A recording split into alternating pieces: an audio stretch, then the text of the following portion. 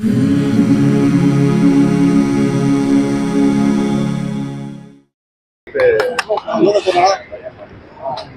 ரொம்ப ஒரு துயரமான துக்ககரமான நிகழ்வு காஷ்மீர்ல பெஹல்காம் பகுதியில் நடந்திருக்கும். அதுவும் ரொம்ப முக்கியமா என்னன்னா எல்லாமே ரொம்ப இன்னசென்டான மக்கள். தமிழ்நாட்டில இருந்து, கர்நாடகால இருந்து, மகாராஷ்டிரால இருந்து நிறைய அரசு அதிகாரிகள் கூட அவங்களோட எல்டிசியை பயன்படுத்தி, இன்டெலிஜென்ஸ் பியூரோ, சமீபத்தில் திருமணமாகி ஒரே ஒரு வாரம் ஆகியிருக்கக்கூடிய நேவியில் இருக்கக்கூடிய ஒரு சகோதரர், எல்லோருமே நடுத்தர மக்கள் இந்த நேரத்துல காஷ்மீருக்கு போகணும் அப்படிங்கறதுக்காக போனவங்க. திட்டமிட்டு தாக்குதல் நடத்தப்பட்ட விதம் ஒரு மனிதன் இப்படி எல்லாம் செய்வானா அப்படிங்கிற கேள்வியை நமக்குள்ள எழுப்பியிருக்கு. அதுவும் நான் இந்த நேரத்துல எல்லா மதமும் ஒரே மதம் என்று நினைக்கக்கூடிய மனிதன் நான் இருந்தாலும் கூட, ஆனா வரக்கூடிய தீவிரவாதிகள் அப்படி நினைக்கல. நீ குரான்ல இருந்து 2 வெர்ச சொல்லு, உனக்கு தெரிஞ்சிருக்கா, நீ இந்துவா முஸ்லீமா, இதெல்லாம் கேட்டு 26 பேர் அப்பாவிகளை படுகொலை செய்திருக்கிறார்கள். 30க்கும் மேற்பட்டவங்க படுகாயம் அடைந்திருக்கிறாங்க. நம்முடைய பாரத பிரதமர் ஐயா நரேந்திர மோடி அவர்கள் 2 நாள் சுற்றுப்பயணமாக, அரசு பயணமாக பாரத பிரதமர் நரேந்திர மோடி அவர்கள் சவுதி அரேபியா போயிருந்தாங்க. அவர்களும் கூட ஒரே நாள்ல திரும்பி வர வேண்டிய கட்டாயம். இதே நேரத்தில் இந்தியாவில் அமெரிக்காவுடைய துணை ஜனாதிபதி ஜேடி வான்ஸ் அவர்களும் அமெரிக்க துணை ஜனாதிபதி இந்தியாவில் இருக்கிறாங்க. அதனால் இதோடைய டைமிங் கூட ரொம்ப முக்கியத்துவம் வாய்ந்ததா இருக்கு. பிரதமர் அவர்கள் சவுதி அரேபியாவுக்கு ஒரு முக்கியமான ஒரு நட்பு நாடுக்கு போகக்கூடிய நேரம், அமெரிக்காவுடைய துணை ஜனாதிபதி இங்க இருக்கக்கூடிய நேரம். அந்த நேரத்தில் ஐஎஸ்ஐ இன்ஸ்பயர்ட் இந்த தாக்குதல் நடத்தப்பட்டிருக்கிறது. நிச்சயமாக இது கண்டிக்கின்றோம் என்று சொல்வதை விட நம்முடைய அரசு கொடுக்கக்கூடிய பதிலடியும் கூட இதுல முக்கியமா இருக்க போகும். அதனால இந்த நேரத்தில் எல்லா மக்களும் கூட அமைதியா இருக்கணும். ஏன்னா யாரும் சோசியல் மீடியாவில் நிறைய விஷயங்களை பார்க்குற எல்லோருமே ஆக்ரோஷமா பதிவுகளை போடுறாங்க. தேவையில்லாதது. அரசு இயந்திரங்கள் என்ன செய்யணுமோ தகுந்த நேரத்தில் அவங்க செய்வாங்க. நேற்றிலிருந்தே நாம் பார்க்கின்றோம், அந்த ஜம்மு அண்ட் காஷ்மீரினுடைய ஆளுநர் அவங்க சொல்லியிருக்கிறாங்க, ஆன்டி டெரர் ஆப்ரேஷன் எல்லாமே ஆரம்பிச்சிருக்கிறோம். அதனால் அரசு நிச்சயமாக இதற்கு என்ன பதிலடி கொடுக்கணுமோ, எப்படி கொடுக்கணுமோ, எந்த நேரத்தில் கொடுக்கணுமோ கொடுப்பாங்க. அதனால் மக்கள் அதற்காக நாம் செய்யக்கூடிய வேலையை நம்ம நிறுத்தக்கூடாது. எல்லோரும் நம் வேலையை செய்யணும். காஷ்மீர் போறவங்க போகணும். நாளைக்கு நான் காஷ்மீர் போறதா புக் பண்ணியிருக்கிறேன், வர்ற ஜூலை மாசம் அமர்நாத் யாத்திரா நடக்குது, நான் போகணும்னு நினைக்கிறவங்க கண்டிப்பா போகணும். இந்த கோழைத்தனமான இந்த தாக்குதலுக்கெல்லாம் பயந்து நாம் நம்முடைய வேலையை நிறுத்தினாதான் அந்த தீவிரவாதிகளுக்கு நாம் கொடுக்கக்கூடிய பயமா இருக்கும். அதை பண்ணக்கூடாது. எல்லோரும் நம் வேலையை செய்வோம். காஷ்மீருக்கு யார் போகணும்னு நினைக்கிறோமோ போகும். நிச்சயமாக அரசு இதற்கு என்ன தவறுக்கு பதிலடி கொடுக்கணுமோ அரசு நிச்சயமா வக்ஃப் மசோதாவை எதிர்க்கவே. அதே போல அமித்ஷா பதவி வழங்கணும்னு சொல்லிட்டு திருமாவளவன் அப்புறம் இவரு நம்ம சுப்பிரமணிய சாமி கருத்து தெரிவிச்சிருக்காங்க. ஆனா அரசியல் பேசுறவங்க பேசிக்கிட்டே தாங்கண்ணா இருப்பாங்க. ஏன்னா உங்களுக்கு தெரியும், பிரதமர் அவர்கள் 3வது முறையாக பதவியேற்ற பொழுது 2024 ஜூன் 9ஆம் தேதி பதவியேற்ற அன்னைக்கே காஷ்மீர்ல ஒரு டெரர் அட்டாக் இருந்துச்சு. 8 நிமிஷம் கழிச்சு அன்னைக்கு.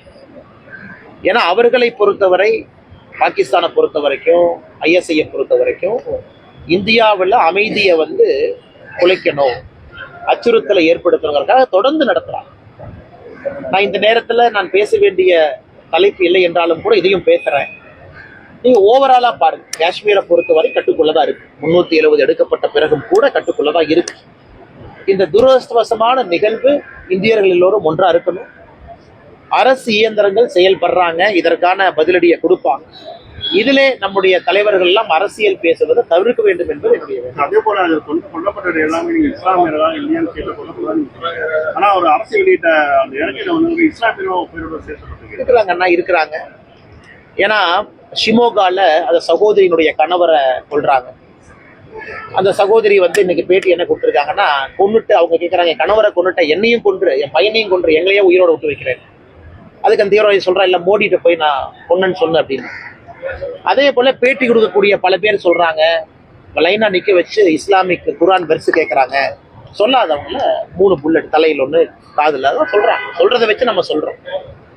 அதே நேரத்துல இதுல நான் ஏற்கனவே சொன்னது போலங்கன்னா, இதுல அவங்கள காப்பாற்ற வந்தது அங்க இருக்கக்கூடிய இஸ்லாமிய சகோதரர்கள் தான். பெஹல்காம்ல இந்த அட்டாக் நடந்த பிறகு பாத்தீங்கன்னா, அது குறிப்பா பெஹல்காம்ல இருந்து 3 கிலோமீட்டர், இது குதிரையில மட்டும்தான் போகணும் இந்த பகுதி. அந்த பகுதியில முதல் கட்ட சிகிச்சை உடனடியா வந்தது. அங்க இருக்கக்கூடிய இஸ்லாமிய சொந்தங்கள் தான் வந்தாங்க. ஆனால் நாம் இதுல திரும்ப திரும்ப சொல்லுவது தீவிரவாதிகளுடைய மனநிலையை சொல்றோம். நமக்குள்ள நாம் இஸ்லாம் இந்து எல்லாம் சமம் தான், ஒன்றுதான், நமக்குள்ள வேற்றுமை இல்லை என்றால் நினைத்தாலும் கூட தீவிரவாதிகள் மதத்தின் அடிப்படையில் தான் தீவிரவாதம் செய்யறாங்க. அதைத்தான் நம்ம கண்டிக்கிறோம். அவன் நீ வெறுசு சொல்லுன்னு தானே கேட்கிறோம், அதைத்தான் நம்ம கண்டிக்கிறோம். அதனால் நிச்சயமாக தீவிரவாதத்தை தீவிரவாதமாக தான் பார்க்கிறோம். அரசு இயந்திரங்கள் நிச்சயமாக இதற்கு பதிலடி கொடுப்பார்கள் என்று நம்பிக்கை. சார், வக்கு மசோதாவை எதிர்க்கவே இந்த தீவிரவாத தாக்குதல் சார் இருக்குமோ? 2-3 நாட்களாக பாகிஸ்தானுடைய ஆர்மி சீஃப் அவர் இதே மாதிரி நிறைய அந்த கிளரிக்ஸ் எல்லாம் குறிப்பாக நிறைய காஷ்மீரை சாராதவங்க எல்லாம் காஷ்மீருக்குள்ள குடியுரிமை பெற்று இருக்கிறாங்க தவறான தகவலை பரப்புறாங்க, பொய்யுரை. குறிப்பா பாகிஸ்தான் ஆக்கிப்படி காஷ்மீர்ல இஸ்லாமாபாத்ல கடந்த ஒரு வார காலமாகவே நிறைய ஸ்பீச்சஸ் பப்ளிக். அவர்களுக்கு இந்தியா வளர்வது பிடிக்கல, அமைதியாக இருப்பது பிடிக்கல. இந்தியால முக்கியமான நேரத்துல அமெரிக்காவுடைய துணை ஜனாதிபதி 4 நாள் பயணமா வந்திருக்கிறாங்க. இந்தியாவுடைய பிரதமர் சவுதி அரேபியாவுக்கு 2 நாள் பயணமா போறாங்க. இது பிடிக்கல. சோ நேரம் எடுத்து பண்ணணும். அதுவும் குறிப்பாக இன்னசென்ட், அதாவது ஒரு தீவிரவாதிக்கும் பாதுகாப்பு படைக்கும் சண்டை நடக்கத்தான் செய்யுது. அது காலம் காலமாக பாதுகாப்பு படை பதிலடி கொடுக்குறாங்க. ஆனா முதல் முறையாக ரொம்ப நாள் கழிச்சு அப்பாவி மக்கள் என்று தெரிஞ்சே டூரிஸ்ட் இந்தியாவுடைய பல பகுதியிலிருந்து வந்தவங்கள ஒரு தீவிரவாதி தாக்குறாங்கன்னா அது யார் ஏற்றுக்கொள்வார்கள்? யாரும் ஏற்றுக்க மாட்டாங்க. இல்லைன்னா சித்தாந்தம் இருக்குன்னா ஜீரோ சித்தாந்தம். கொலை செய்வது மட்டுமே சித்தாந்தமாக வைத்துக் கொண்டு 26 பேர்த்த கொண்டிருக்கிறாங்க. அதனால இதுல என்ன வஃப், என்ன சித்தாந்தம் இருக்குன்னா ஒரு சித்தாந்தம் இல்லை. அப்பாவிய கொல்லணும், அதன் மூலமா ஒரு ஸ்டேட்மெண்ட் சொல்லணும். இதை மட்டுமே முழு நேர வேலையாக வைத்திருக்கக்கூடிய தீவிரவாதம் வேறறுக்கப்பட வேண்டும். நிச்சயமா நடக்கும் என்கிற நம்பிக்கை இருக்கு. பிரதமருக்கு உயிருக்கு ஆபத்துங்கிற மாதிரி தகவல் இருக்கு. அதனால அவர் அந்த பயணத்தையும் ரத்து பண்ணுறதா இணையத்துல இது நீங்க சொல்வது ஒரு வாரத்துக்கு முன்பு, இன்னைக்கு இல்ல, ஒரு வாரத்திற்கு முன்பு பிரதமருடைய பயணம் எனக்கு தெரியலீங்கன்னா அபிஷியலா போடுறாங்க. நேற்று நம்மளுடைய உள்துறை அமைச்சர் அமித்ஷாஜி அங்க இருக்கிறாங்க. நேற்று இரவே அங்க போயிட்டாங்க. இன்னைக்கு அங்கதான் இருக்கிறாங்க. இறந்து போன நம்முடைய சொந்தங்களுக்கு எல்லாம் இன்னைக்கு மரியாதை செஞ்சிருக்கிறாங்க, அஞ்சலி செலுத்தி இருக்கிறாங்க. அதனால் நம்முடைய அரசுக்குள்ள எந்த பயம் இல்லைங்கன்னா, நம்முடைய நோக்கம் எல்லாம் சாதாரண பொதுமக்கள் பாதுகாப்பு இல்லாம சில இடத்துல இருக்கிறாங்க. மறுபடியும் இது போன்ற தீவிரவாதிகள் இதை பயன்படுத்தி நாங்க பொதுமக்களை தாக்குவோம், அதாவது நம்முடைய செக்யூரிட்டி போர்சஸ் மேல அட்டாக் பண்றது வேறங்கன்னா, பொதுமக்களை தாக்குவோம்னா இது அடுத்த கட்டம் போறாங்க, அடுத்த கட்டம் போக வேண்டும். அதனால் நிச்சயமாக நம்முடைய அரசு பதிலடி கொடுக்கும். பிரதமர் பாகிஸ்தான் எந்த சம்பந்தம் உள்துறை அமைச்சர் அவர் பாகிஸ்தானோட உள்துறை அமைச்சர் அதை பத்தி நான் கருத்து சொல்ல விரும்பலைங்கன்னா தவறா போயிடும். நம்முடைய அரசு பதில் சொல்லுவாங்க. ஏன்னா இன்னைக்கு எல்இடி சார்ந்த ஒரு அமைப்பு, ரெசிஸ்டன்ஸ் ஃப்ரண்ட் அப்படிங்கிற அமைப்பு பொறுப்பேற்றிருக்கிறாங்க. லஷ்கர் இ தொய்பாவோட நேரடி சம்பந்தம், லஷ்கர் இ தொய்பா பாகிஸ்தான்ல நேரடி சம்பந்தம். அதை வச்சுதான் நான் சொல்றேங்க. நம்முடைய அரசு சொல்லுவாங்க யாரு எப்படி யாரு வந்தாங்க, எத்தனை பேர் வந்தாங்க எல்லாமே. அதனால அரசு சொல்ல வேண்டிய பதில நான் சொன்னா தவறா போயிடும். சார், உள்துறை அமைச்சர் இணை அமைச்சர் ஆக போறீங்க. இந்த மாதிரி நடவடிக்கை எங்கேயும் ஆகலீங்கன்னா, நான் எங்கேயும் ஆகல, நான் உங்களோட தானே இருக்கேன். நான் எங்கேயும் ஆகலீங்கன்னா நம்முடைய அரசு கண்டிப்பாக நிச்சயமாக